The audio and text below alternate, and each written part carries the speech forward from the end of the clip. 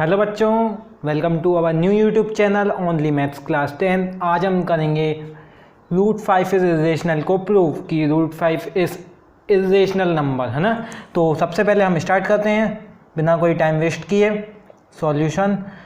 सबसे पहले हम सपोज करेंगे कि रूट 5 एक रेशनल नंबर है। हम अपोजिट कर रहे हैं, हमें ये प्रूव करना है रूट 5 इज रेशनल है, लेकिन हम सबसे पहले सपोज कर रहे हैं रूट 5 इज रेशनल नंबर। ठीक है, रूट 5 एक रेशनल नंबर है। अगर रूट 5 रेशनल नंबर है तो root 5 is equal to a by b. अगर रूट 5 इज रेशनल नंबर की डेफिनेशन ही ये होती है कि वो p बाई क्यू या a बाई बी के फॉर्म में होता है, जहाँ b या q 0 के इक्वल नहीं होता है। और एक और कंडीशन है a एंड b आर को प्राइम। a और b क्या हैं? को प्राइम्स हैं। को प्राइम्स मतलब जिनका कोई भी कॉमन फैक्टर नहीं है 1 के अलावा। जैसे हम फॉर एग्जांपल ले लें 20 और 30। 20 और 30 में क्या कॉमन फैक्टर है? दोनों 10 के टेबल में आते हैं, 10 इनका कॉमन फैक्टर है। लेकिन हम बात करें 2 और 3 तो ये को प्राइम है, ये को प्राइम नहीं है। 2 और 3 में कुछ भी कॉमन फैक्टर नहीं है, ये दोनों किसी भी ऐसे कोई नंबर नहीं है जिनके टेबल में ये दोनों ही आए, तो ये को प्राइम है। तो चलिए अब देखिए, अगर ये root 5 is equal to a by b है तो अब दूसरा स्टेप है हमें स्क्वायरिंग बोथ साइड करना है। क्या करना है? याद कर लीजिए, स्क्वायरिंग बोथ साइड्स। हम दोनों साइड को स्क्वायर करना है। ये अब हम स्क्वायर कर रहे हैं, ए बाई बी को भी स्क्वायर कर रहे हैं।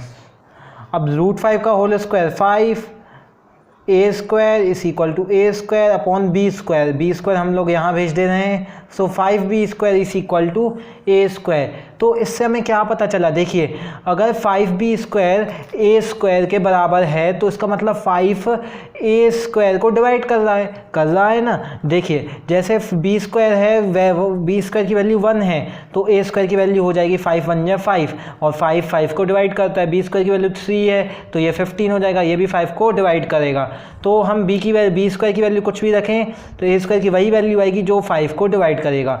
सो हमें ये लिखना है 5 डिवाइड कर रहा है, एग्जाम्पल से देख लिया, ए स्क्वायर देयरफॉर या फिर सो 5 ऑल्सो डिवाइड। 5 किसको डिवाइड करेगा? ऑल्सो डिवाइड्स ए। 5a को भी डिवाइड करेगा। ये थ्योरम 1.3 है, इसके पहले वाली थ्योरम थी। आपको इसका लॉजिक नहीं समझना, सीधा आपको लिख देना है कि 5 और डिवाइड करेगा a को भी, अगर वो डिवाइड कर रहा है ए स्क्वायर को भी। ये इसके पहले वाली थ्योरम थी, है ना, कि अगर एक नंबर एक प्राइम नंबर किसी के स्क्वायर को डिवाइड कर रहा है तो वो उस नंबर को भी डिवाइड करेगा। तो अब देखिए, ये इधर तक आपका सॉल्यूशन हो गया, ये इसको हम मान ले रहे हैं फर्स्ट। अब हम करेंगे, अब आप देखिए ए का काम यहाँ ख़त्म हो गया, आप ये समझ लीजिए। तो हम ए को रख देंगे 5c, क्योंकि ये 5 का, ये हम रूट 5 को रिलेशनल प्रूव कर रहे हैं तो ए को हम मान लेंगे 5c। तो अगर हम ए को उधर 5a की जगह यहाँ 5c रखेंगे अब, सो 5b स्क्वायर क्या हो जाएगा? 5c का होल स्क्वायर, और 5b स्क्वायर हो जाएगा 5c का मतलब 25c स्क्वायर।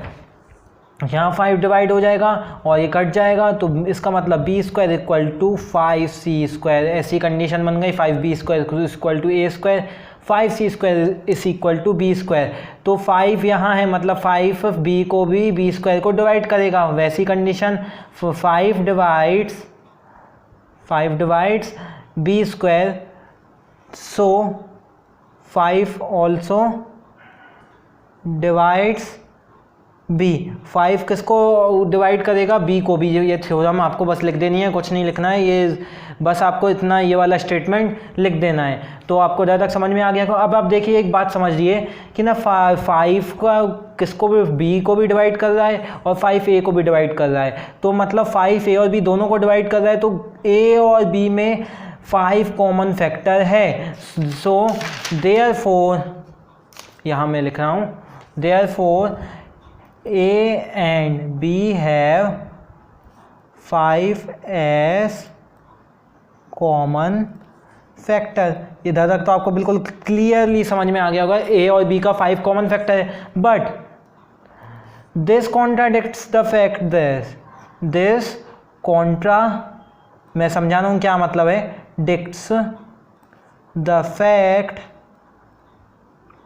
ये वाला क्या फैक्ट को गलत प्रूव कर रहा है कि ए और बी 5 है कॉमन फैक्टर, क्योंकि हमने ये फैक्ट को कि ए एंड बी आर को प्राइम, हमने पहले ये अज्यूम किया कि ए और बी को प्राइम है, उनका कोई कॉमन फैक्टर नहीं है, लेकिन बाद में सॉल्व करने के बाद समझ में आ रहा है कि 5 कॉमन फैक्टर है। ये कैसे हो गया?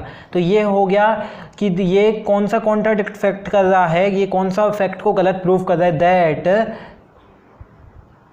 ए and b are coprime, ये वाले फैक्ट को ये गलत प्रूव कर रहा है। तो ऐसा हो क्यों ना है, दोनों फैक्ट अलग अलग हैं एक ही सॉल्यूशन में। सो दिस ये कॉन्ट्राडिक्शन अराइज कर रहा है क्योंकि हमने गलत अजम्पशन किया था। देखिए दिस कॉन्ट्राडिक्शन हम ऐसे लिखेंगे, आपको ऐसे ही लिखना है बोर्ड में भी, दिस ये deduction arises because of our wrong assumption, हमने रॉन्ग अज्यूम किया था,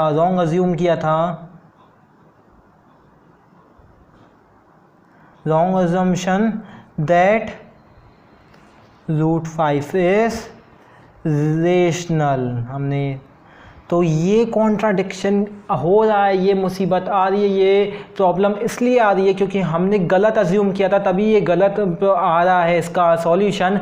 हमने गलत अज्यूम किया था कि √5 रेशनल है, तो एक नंबर या तो रेशनल होगा या नहीं, रेशनल नहीं होगा, इरेशनल होगा। एक या तो रेशनल, एक तो या तो इरेशनल। अब रेशनल नहीं है तो क्या बचा, वो नंबर इरेशनल। सो हैंस या फिर हैंस, बस आप इतना लिखिएगा, √5 इज इरेशनल, और आपको फुल मार्क्स मिल जाएंगे। आपको ऐसे ही लिखना है। So subscribe for more videos. Thank you so much.